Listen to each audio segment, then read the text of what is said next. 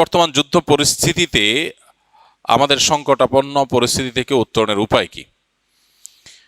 গুরুত্বপূর্ণ প্রশ্ন। যে যুদ্ধ পরিস্থিতি চলছে এবং যে সংকট গোটা পৃথিবীতে দেখা দিয়েছে, আমরা কঠিন একটা বাস্তবতার মুখোমুখি। আল্লাহ না করুন যদি পরিস্থিতি আরও জটিল হয়, যুদ্ধ যদি আরও দীর্ঘায়িত হয়, পরিস্থিতি যদি আরও খারাপের দিকে যায়, তাহলে সেক্ষেত্রে বিশ্বের অন্যান্য দেশের মতো আমাদের উপরও কঠিন পরিস্থিতি আসাটা অস্বাভাবিক নয়। তো এরকম পরিস্থিতিতে আমাদের কয়েকটা করণীয় আছে। সবচেয়ে বড় করণীয় সেটি হলো আমাদেরকে সকল প্রকার অপচয় অপব্যয় বন্ধ করে আমাদেরকে মিত ব্যয়ী হতে হবে প্রত্যেকটা মানুষকে। এটা অবশ্য শুধু যুদ্ধ পরিস্থিতি বা সংকটাপন্ন পরিস্থিতিতেই না, বরং এটি সর্ব অবস্থায় এবং সারা বছর জুড়ে সারা জীবনভর পালনীয় বিষয়। আল্লাহ তাআলা কোরআনে কারীমে সূরা ফুরকানে আল্লাহর প্রিয় বান্দা, রহমানের বান্দা যারা, আল্লাহ যাদেরকে নিজের বান্দা হিসেবে পরিচয় দিয়েছেন, তাদের বৈশিষ্ট্য উল্লেখ করতে গিয়ে বলেছেন, ওয়াল্লাযীনা ইযা আনফাকু লাম ইউসরিফু ওয়া লাম ইয়াকতুরু ওয়া কানা বাইনা যালিকা কাওয়ামা।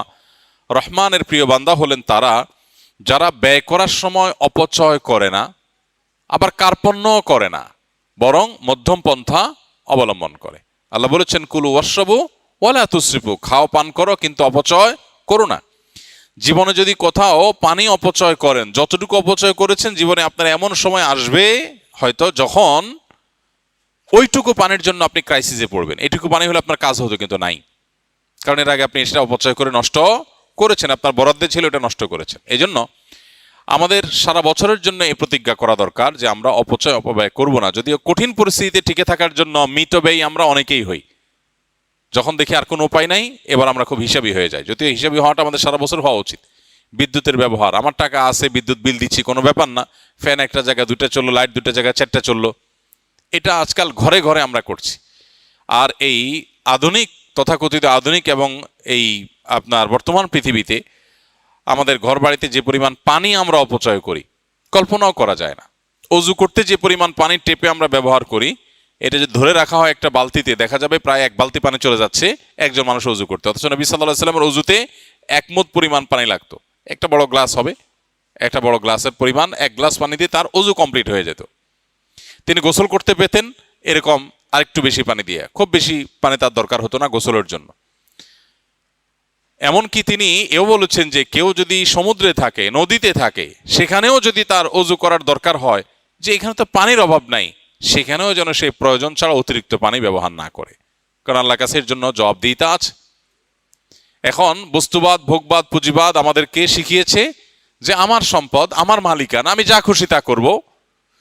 এর ফলশ্রুতিতে যে ক্রাইসিস তৈরি হচ্ছে, আপনি দেখেন পৃথিবীর একদিকে মানুষ খেয়ে নষ্ট করে, অপচয় করে খানা নষ্ট করছে, আবার অপরদিকে বহু মানুষ না খেয়ে আছে, প্রপার ডিস্ট্রিবিউশন নেই, এবং এই যে দায়িত্ববোধ, এই জায়গাতে বড় ধরনের অভাব আছে, এবং চিন্তানৈতিক একটা, আদর্শিক একটা ত্রুটি আমরা গোটা বিশ্বব্যাপী দেখতে পাচ্ছি।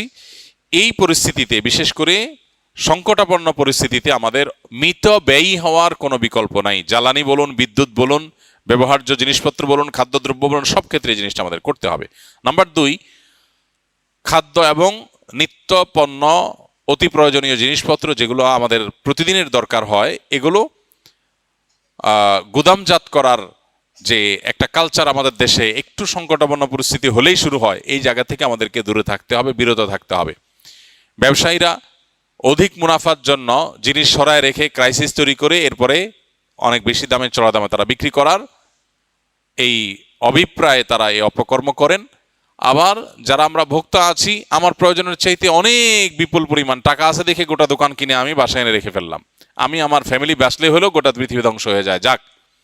এটা হলো স্পষ্টত ভুল এবং অন্যায়। নবী সাল্লাল্লাহু আলাইহি ওয়াসাল্লাম বলেছেন, লা ইয়াহতাকিরু ইল্লা খাতি, অর্থাৎ যে ব্যক্তি এরকম গুদামজাত করে, এরকম খাদ্যজাত মজুদদারি করে, এই মজুদদারি এটা অপরাধী ছাড়া কেউ করতে পারে না, যে করে সে গুনাহগার। এজন্য এরকম মজুদদারি থেকে আমাদেরকে বিরত থাকতে হবে এবং আল্লাহর উপরে ভরসা করা শিখতে হবে, আল্লাহর উপরে ভরসা করা শিখতে হবে। তাহলে ইনশাআল্লাহ সংকটাপন্ন পরিস্থিতিতে আল্লাহ তাআলার রহমত বা অনুগ্রহ পাবো। আপনার জিনিস আপনাকে বাঁচাবে না, কয়দিন বাঁচবেন? অনেকে পেট্রোল এখন নিয়ে একত্র করছেন, জমা করছেন। আপনি পেট্রোল জমায় জমায় কতদিন জমাবেন? এরপর আর এই পেট্রোল যে আপনার নিজের বিপদের কারণ হবে না, তার কোনো গ্যারান্টি আছে? আপনি একদিকে জমাচ্ছেন, অপরদিকে অনেকের অনেক আর্জেন্ট কাজ আছে, সে পেট্রোল পাচ্ছে না। তো এগুলো হলো আল্লাহর প্রতি আমাদের যে ভরসার জায়গাটা, সেটা দুর্বল হয়ে যাওয়ার দলিল, এবং মুমিন হিসাবে আমাদের যে করণীয় সেটা আমরা ভুলে যাওয়ার প্রমাণ। অতএব একজন ইমানদার, তার আচরণ এটা হতে পারে না। তৃতীয়ত, ভয় বা আতঙ্কগ্রস্ত না হয়ে আমাদের উচিত আল্লাহর উপর ভরসা করা। সকল অবস্থাতেই আল্লাহর উপর ভরসা থাকতে হবে। রিজিকের মালিক আল্লাহ রাব্বুল আলামিন, অতএব পূর্ণ আস্থা থাকতে হবে। মা মিন দাব্বাতিন ফিল আরদি ইল্লা আলাল্লাহি রিজকুহা, এই পৃথিবীতে এমন কোনো প্রাণী নাই যে প্রাণীর রিজিকের দায়িত্ব আল্লাহর উপর নাই। আল্লাহ যতটুকু বরাদ্দ রেখেছেন ততটুকু আসবেই, আর যে ভোগান্তি আল্লাহ লিখে রেখেছেন সে ভোগান্তি আমি মজুদদারি করেও ঠেকাতে পারবো না। অতএব আতঙ্কিত নয়, বরং হতে হবে আল্লাহর উপরে ভরসা করার মানসিকতা। আল্লাহ বলেছেন ওমাইয়া তাওয়াক্কাল আল্লাহ ফাহুয়া হাসবু, যে ব্যক্তি আল্লাহর উপর ভরসা করে আল্লাহ তার জন্য কি হয়ে যান? যথেষ্ট হয়ে যান। ইমানদারের জন্য আল্লাহর উপর ভরসা এটা অনেক বড় একটা পাওয়ারফুল জিনিস, যে আল্লাহর উপর ভরসা করবে। অতএব আতঙ্কিত হওয়া যাবে না। আমাদের এই যে মজুদদারি, যত রকমের অসৎ উপায়, এগুলো মূলত আতঙ্কিত হওয়া থেকেই হয়। আতঙ্ক না হয়ে আল্লাহর উপর ভরসা করতে হবে। নাম্বার 4, দেশের প্রতিটা খালি জায়গা যেখানে চাষযোগ্য বা চাষ করা যায় সেখানে চাষাবাদ করা দরকার। আমরা আমাদের শৈশবে ছেলেবেলায় ছোট সময় দেখেছি আমাদের মা চাচিরা গ্রামের বাড়ির উঠোনে তারা লাল শাক বুনতেন, তারা লাউ লাগাতেন, গাছ লাগাতেন, শিম গাছ লাগাতেন, বিভিন্ন রকমের ফসল চাষ করতেন। আমি খুব সচেতনভাবে লক্ষ্য করেছি যে এখন সেই গ্রামে, সেই বাড়িতেই যাই, সেই মা চাচিরাই আছেন, কিন্তু এখন আর কোনো ঘর বাড়ির সামনে উঠানে খালি জায়গাগুলোতে সেরকম গাছ লাগাতে দেখা যায় না। কারণ এখন সবার কাছে কম বেশি টাকা আছে, ছেলে দেশে বিদেশে থাকে, উপার্জন করে, কেন এগুলো করবে? অনেক ছেলে বাবা মাকে উল্টা নিরুৎসাহিত করে, যে কোনো কাজ করবা না, তুমি বসে বসে খাও, আমি এত টাকা করতেছি, কাজ কামাই করছি কেন, তাহলে তুমি কেন কষ্ট করবে? তো এটা হলো আমাদের অনেক বড় একটা ভুল। আল্লাহ না করুন যুদ্ধ পরিস্থিতিতে যদি সংকটাপন্ন পরিস্থিতি তৈরি হয়, দুর্ভিক্ষের মতো পরিস্থিতি তৈরি হয়, আল্লাহ না করুন যদি আরো প্রলম্বিত হয়, এই যুদ্ধ না হোক, পরবর্তীতে কখনো হয়, তাহলে আমাদের টিকে থাকার জন্য আর কিছু না থাকলে হোক খাদ্যটা দরকার। এই খাদ্যটার যোগান, আমরা এখন যে বিদেশি খাদ্যের উপর নির্ভরশীল, আমরা যে এখন বাহিরের যে ফুড এটার উপর নির্ভরশীল, এই নির্ভরশীলতা কমানোর জন্য আমাদের নিজেদের স্বয়ংসম্পূর্ণতা আনার জন্য প্রত্যেকটা মানুষকে তার আশপাশে চাষাবাদ করার অভ্যাস গড়ে তুলতে হবে। গ্রামে গঞ্জে এখন আর বাড়ির উঠোনে, ঘরের আশেপাশে গাছ টাছ লাগাতে দেখা যায় না। আগে এমন চাল খুব কম পাওয়া যেত, এমন ঘর খুব কম পাওয়া যেত যে ঘরের চালে কোনো না কোনো গাছের লতা পাতা এটা নাই। আর এখন আপনি খুঁজে দেখেন 100-র ভিতরে 2-4টাও পাবেন না। এটা দুর্ভাগ্যজনক একটা পরিণতি আমাদের। আমরা পৃথিবীর এই ঝকঝকে আধুনিক বাস্তবতা এটা দেখে আমরা ভুলে গেছি যে আমাদের চাষাবাদ হলো আমাদের বেঁচে থাকার মূল মাধ্যম। আমরা অতিরিক্ত পশ্চিমাদের উপরে ডিপেন্ডেন্ট হয়ে গেছি। আমরা অনেকটাই আপনার আমদানি নির্ভর হয়ে গেছি। আমদানি নির্ভর, গম বন্ধ হয়ে গেলে আমাদের বেকারি বন্ধ হয়ে যাবে, আমাদের রুটি বন্ধ হয়ে যাবে, আমাদের খাবার বন্ধ হয়ে যাবে, শেষ। অতএব এই জায়গা থেকে প্রত্যেকটা মানুষ যদি আমরা সচেতন হই, শুধু এই পরিস্থিতি না, সব সময় চাষাবাদ করা একটা ইবাদত, একটা নেকামল। চাষাবাদ করা একটা নেকামল। আপনি সওয়াবের নিয়তে চাষাবাদ করবেন, সওয়াবের নিয়তে চাষাবাদ করবেন। এর আগে আমি বারবার বলেছি, আমরা চাষাবাদ করার চেষ্টা করি, ঢাকায় থেকেও চেষ্টা করি, আলহামদুলিল্লাহ, খেতে করার চেষ্টা করি, শুধু ছাদে না। হ্যাঁ, সবার হয়তো জায়গা নাই, আমার নিজের জায়গাও নাই, আমি আরেকজনের জায়গাতে করতেছি, আমি নিজের জায়গা করছি তা না। তো আপনি আরেকজনের জায়গায় বলে যদি করেন, খুঁজেন, মানসিকতা যদি থাকে, কোনো একটা রাস্তা বের হবে ইনশাআল্লাহ বিদিনিল্লাহ। আর বিশেষ করে গ্রামে গঞ্জে তো আমরা চাইলেই অনেকে করতে পারি। তাহলে এটা চতুর্থ করণীয়। 5 নম্বর হলো তওবা করা, ইস্তেগফার করা আল্লাহ তাআলার কাছে পরিপূর্ণভাবে। আল্লাহ যেন আমাদেরকে এই কঠিন পরিস্থিতিতে রক্ষা করেন। আল্লাহ তাআলা সূরা নূহের মধ্যে বলেছেন, ফাকুলতু আস্তাগফিরু রাব্বাকুম ইন্নাহু কানা গাফফারা ইউরসিলিস সামা আলাইকুম মিদরারা ওয়া ইউমদিদুকুম বিআমওয়ালিন ওয়া বানিন ওয়া ইয়াজআল লাকুম জান্নাতিন ওয়া ইয়াজআল লাকুম আনহারা। খুব বেশি ফসল যেন হয়, গাছ ফল ফলাদি যেন হয়, আমাদের রিজিকে বরকত যেন হয়, এটার জন্য ইস্তেগফার করার পরামর্শ দিয়েছেন নূহ আলাইহিস সালাম তার জাতিকে। আল্লাহ কোরআনে সেটা উল্লেখ করেছেন। এজন্য আল্লাহর কাছে ইস্তেগফার এর সুফল, এর অদৃশ্য সুফল আমরা ভোগ করবো ইনশাআল্লাহ আমাদের রিজিকে বরকতের মাধ্যমে। এই জন্য আল্লাহর কাছে ইস্তেগফার এবং দোয়া আমাদের করতে হবে। আল্লাহ তাআলা এই কঠিন পরিস্থিতিতে আমাদের সবাইকে উত্তরণের পথ দেখিয়ে দিন এবং এই কঠিন পরিস্থিতি থেকে বিশ্ববাসীকে আল্লাহ তাআলা মুক্তি দান করুন এবং জালেমদের জুলুম এর পরিত্রাণ, জুলুম থেকে পরিত্রাণের পথ আল্লাহ তাআলা আমাদেরকে খুঁজে বের করার তৌফিক দান করুন। অনেকে বিশ্বের চলমান পরিস্থিতিকে কিয়ামতের সন্নিকটে বলে আখ্যায়িত করেন। আসলে কি তাই? কিয়ামত হওয়ার জন্য অবশিষ্ট সকল আলামত সমূহ জানতে চাই। গুরুত্বপূর্ণ প্রশ্ন। কিয়ামত নিকটে, এটি কোরআনে কারীম বহু আগেই ঘোষণা দিয়ে দিয়েছে। আল্লাহ সুবহানাহু ওয়া তাআলা বলেছেন, ইকতারাবাতিস সাআতু ওয়ানশাক্কাল কামার। এই যে কিয়ামত নিকটবর্তী হওয়ার কথা, এটা আল্লাহ তাআলা কোরআনে জানিয়ে দিয়েছেন আরো 1450 বছর প্রায় আগে। আল্লাহ বলেছেন, ইকতারাবাতিস সাআহ, কিয়ামত নিকটবর্তী হয়ে গেছে, ওয়ানশাক্কাল কামার, এবং চাঁদ বিদীর্ণ হয়েছে। নবী সাল্লাল্লাহু আলাইহি সাল্লামের মুজিজায় তার আঙ্গুলের ইশারায় চাঁদ দ্বিখণ্ডিত হয়েছিল। এর মধ্য দিয়ে কিয়ামত নিকটবর্তী হওয়ার ঘোষণা আল্লাহ তাআলা দিয়েছেন। অতএব কিয়ামত নিকটবর্তী, এতে কোনো সন্দেহ নাই।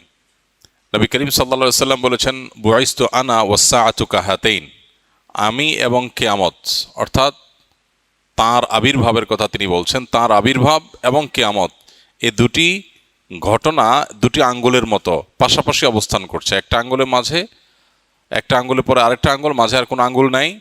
তাঁর আবির্ভাবের পরে পৃথিবীর সবচেয়ে বড় বিষয় বা ঘটনা হবে মহাপ্রলয় বা কিয়ামত। এই যে কিয়ামত, এটি নবী সাল্লাল্লাহু আলাইহি ওয়াসাল্লামের পরের পৃথিবীতে ঘটা সবচেয়ে বড় ঘটনা, অর্থাৎ মাঝে কোনো নবী রাসূল থাকবেন না। এখান থেকে কিয়ামতের নিকটবর্তীতা বোঝা যায়। কিন্তু আমাদের সমাজে কিছু ঘটলেই, কোনো ঘটনা, কোনো যুদ্ধ, কোনো বিগ্রহ, কোনো কিছু ঘটলেই আমরা অনেকে কিয়ামতের দিনক্ষণ গণনা করতে শুরু করি, যে আর এতশো বছর আছে, এত বছর আছে, আর ঘরবাড়ি করে লাভ নাই, ইত্যাদি ইত্যাদি। হ্যাঁ, একজন ঈমানদার সবসময় প্রস্তুত থাকবে আখিরাতের জন্য, দুনিয়া নিয়ে অনেক বেশি ব্যস্ত হয়ে থাকবে না। যে কোনো মুহূর্তে তার ডাক আসতে পারে। প্রত্যেকটা মানুষের মৃত্যু মানেই তার কিয়ামত, সেটা ভিন্ন বিষয়। কিন্তু এই সৃষ্টি জগতের যে বিশাল আয়োজন আল্লাহ তাআলার, এটা যে আল্লাহ তাআলা ধ্বংস করে দিবেন, সেটা অতি নিকটে। এই অতি নিকটের ডেফিনেশনটা কি, এটা সংজ্ঞাটা কি? অতি নিকটে মানে কত বছর? এটার ইলম একমাত্র আল্লাহর কাছে আছে।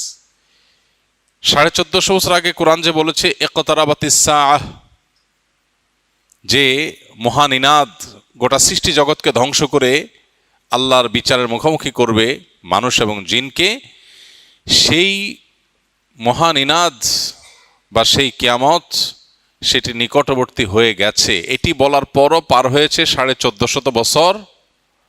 এরপর সামনে আরো কত বছর বাকি আছে আমরা জানি না। হতে পারে 200 বছর, হতে পারে 2000 বছর, হতে পারে আরো কম বা বেশি। এর ইলম একমাত্র আল্লাহর কাছে আছে। কোরআনে বারবার করে এই বিষয়টা আমাদেরকে সতর্ক করা হয়েছে যে কিয়ামতের ইলম, কিয়ামতের সময় ক্ষণের ইলম একমাত্র কার কাছে আছে? আল্লাহ রাব্বুল আলামিনের কাছে। খোদ নবী সাল্লাল্লাহু আলাইহি সাল্লামকে যখন জিজ্ঞাসা করা হয়েছিল কিয়ামত কবে হবে, তিনি উত্তরে বলেছেন, মাল মাসউলু বিহা বিআলামা মিনাস সাইল। যাকে জিজ্ঞাসা করা হয়েছে তিনি প্রশ্নকর্তার চাইতে বেশি জানেন না। অর্থাৎ ঠিক কবে হবে এই দিনক্ষণ আমরা কেউই আসলে জানি না। এটা জানেন কে? আল্লাহ রাব্বুল আলামিন। তবে হ্যাঁ, কিয়ামতের অনেক আলামত আছে। এই আলামতগুলো আপনি চাইছেন যে অবশিষ্ট সকল আলামত জানতে। কিয়ামতের সকল আলামত একসাথে জানানো কঠিন। কিয়ামতের আলামতগুলো দুই প্রকার। একটা হলো আলামাতে কুবরা, বড় আলামত। বড় আলামত বলতে উদ্দেশ্য হলো যেগুলো কিয়ামতের ঠিক কাছাকাছি সময়ে একেবারে শেষ মুহূর্তে প্রকাশ পাবে, যেগুলো দেখে মানুষ বুঝবে যে শেষ, আর সুযোগ নাই। যেমন সূর্য প্রতিদিন পূর্ব দিক থেকে উঠে, ওই দিন পশ্চিম দিক থেকে উঠবে, তখন সবাই বুঝে যাবে যে হ্যাঁ শেষ। তখন তওবা করলো আর তওবা কবুল হবে না, একেবারে শেষ কিয়ামতের এই আলামত প্রকাশের পর। এছাড়া আরো কিয়ামতের 9টি আলামত আছে। হাদিসে মোট 10টি আলামতের কথা বলা হচ্ছে। এগুলো কিয়ামতের একেবারে নিকটবর্তী সময়ে। কয়েকটা বড় ভূমিধস হবে, হ্যাঁ, তারপরে ইয়াজুজ মাজুজের প্রকাশ, আত্মপ্রকাশ ঘটবে। দাব্বাতুল আরদ, একটা প্রাণী অলৌকিকভাবে প্রকাশিত হবে, ইত্যাদি ইত্যাদি কিয়ামতের আলামত আছে। আর ছোট আলামত যেগুলো, ছোট আলামত বলতে যেগুলো কিয়ামতের অনেক আগে থেকে প্রকাশিত হওয়া শুরু করেছে, যেমন নবী করিম সাল্লাল্লাহু আলাইহি সাল্লামের আবির্ভাব ইটসেলফ কিয়ামতের একটি আলামত। কিয়ামতের আলামত মানেই কিন্তু নেগেটিভ কিছু না। আমরা মনে করি কিয়ামতের আলামত মানেই খারাপ কিছু, এটা সবসময় জরুরি না। হ্যাঁ, বেশিরভাগ আলামতই হয়তো বা একটা উল্লেখযোগ্য সংখ্যা আলামতই হয়তো নেগেটিভ বা খারাপ জিনিস, অপ্রত্যাশিত জিনিস, কিন্তু কিয়ামতের অনেক আলামত আছে যেগুলো আসলে খারাপ কিছু না। যেমন নবী সাল্লাল্লাহু আলাইহি সাল্লামের আগমন, তার আবির্ভাব, এটা কিয়ামতের একটি আলামত। তার মানে এটা একটা ইন্ডিকেটর যে সৃষ্টি জগৎ তার পরিণতির দিকে যাচ্ছে। তারপরে আর নবী কোনো রাসূল, নবী হিসাবে রাসূল হিসাবে কি আবির্ভূত আসবে না, নতুন কোনো নবী রাসূল আসবে না। সো এরপরে আসবে কি? কিয়ামত। তো এটা থেকে নিয়ে শুরু করে কিয়ামতের আলামত সমূহের সংখ্যা কি, এ সম্পর্কে সৌদি আরবের একজন স্কলার ডক্টর মোহাম্মদ আল আরিফি, তার একটা বই আছে নেহায়াতুল আলম, আর একটা আছে আশরাতুস সাআহ নেহায়াতুল আলম। এই যে বই, এই বইয়ের মধ্যে তিনি অনেক ডিটেইল আলোচনা করেছেন। আমরা এগুলোকে সংক্ষিপ্ত একটা ছোট্ট ছোটি বইতে প্রায় 10 বছর আগে একত্র করেছিলাম, কিয়ামতের 141 আলামত এই নামে। এই 141 আলামতের মধ্যে আপনার দল বড় আলামত, 131টা হলো ছোট ছোট আলামত। এই যে দাসীর পেট থেকে তার মালিকের জন্ম হবে, এটা একটা আলামত। এটার মানে অনেক মুহাদ্দিসরা বলেছেন যে সন্তানরা মাদের সাথে দাসীর মতো আচরণ করবে, কাজের লোকের মতো আচরণ করবে, রেসপেক্ট করতে ভুলে যাবে, কিয়ামতের আলামত। এরকম ছোট ছোট লোকেরা তারা বড় বড় লোকে পরিণত হবে। রাখাল, সাধারণ রাখাল হঠাৎ কিছুদিনের মধ্যে দেখা যাবে সে আট্টালিকার মালিক হয়ে গেছে। এটা ভালো বা মন্দ না, হতে পারে হালাল পথে মালিক হলে এটা ভালো কিছু, খারাপ কিছু না, কিন্তু এটা কিয়ামতের আলামত যে রাতারাতি পরিবর্তন হবে। তাকারাবাজ জামান, কিয়ামতের আগে সময়ের বরকত চলে যাবে, সপ্তাহ দিনের মতো চলে যাবে, মাস সপ্তাহের মতো চলে যাবে, দিন কয়েক ঘন্টার মধ্যে চলে যাবে। এরকম বহু আলামত কিয়ামতের হাদিসে বর্ণিত হয়েছে, সেগুলোকে গণনা করে 131টার মতো সংকলন করা গেছে, এবং বড় আলামত আরও 10টি। তো সবগুলো জানার জন্য ওই বই পড়া যেতে পারে। আমাদের লিখিত বইটা ছাপা নাই, ইনশাআল্লাহ এটা আমরা নতুন করে ছাপবো আল্লাহ চাহেন তো। আল্লাহ আমাদেরকে কিয়ামতের জন্য প্রস্তুতি গ্রহণ করার তৌফিক দান করুন। এক সাহাবী জিজ্ঞাসা করেছেন নবী সাল্লাল্লাহু আলাইহি সাল্লামকে, হে আল্লাহর রাসূল, কিয়ামত কবে, কিয়ামত কবে হবে? নবীজিকে জিজ্ঞাসা করেছিলেন। নবীজি সাল্লাল্লাহু আলাইহি সাল্লাম সেই সাহাবীকে বলেছেন, মাযা আদাত্তা লাহা, কিয়ামত কবে হবে এই প্রশ্ন যে তুমি করেছো, কিয়ামতের জন্য তোমার প্রিপারেশনটা কি, প্রস্তুতিটা বলো আমাকে, কিয়ামতের প্রস্তুতিটা কি? তখন সাহাবী নবী সাল্লাল্লাহু আলাইহি সাল্লামকে বলেছেন, হে আল্লাহর রাসূল, আমার আসলে তেমন কোনো প্রস্তুতি নেই, তবে আমার একটা প্রিপারেশন আছে, সেটা হলো যে আমি আপনাকে ভালোবাসি। নবী সাল্লাল্লাহু আলাইহি সাল্লাম বলেছেন, আলমার ও মা আমান আহাব ইন্নাকা মা আমান আহবাবত, তুমি যাকে ভালোবাসো তার সঙ্গে তোমার কিয়ামত হবে, তার সঙ্গে তুমি থাকবে। এই জন্য কিয়ামতের সময়ক্ষণ ঠিক কবে হবে এটা অনুসন্ধানের চাইতে গুরুত্বপূর্ণ হলো, বা এটা অনুসন্ধান করে আসলে ঠিক এক্সাক্ট সময় আমরা বের করতে কেউ কোনোদিন পারবোই না। আলামতগুলো প্রকাশিত হচ্ছে একের পর এক, সময় ঘনিয়ে আসছে, যে কোনো মুহূর্তে আমার মৃত্যুর মাধ্যমে আমার ব্যক্তিগত কিয়ামত শুরু হবে, আমার নিজের কিয়ামত শুরু হয়ে যাবে। ইদা মাতাল ইনসান ফাকাদ কামাত কিয়ামাতুহু, মানুষ মারা গেলে ওইটা তার একজনের কিয়ামত। আর সামগ্রিক যে কিয়ামত গোটা সৃষ্টি জগতের, সেটাও অতি সন্নিকটে। আমাদের দরকার হলো প্রস্তুতি গ্রহণ করা। আল্লাহ আমাদেরকে যথাযথভাবে প্রস্তুতি গ্রহণ করবার তৌফিক দান করুন।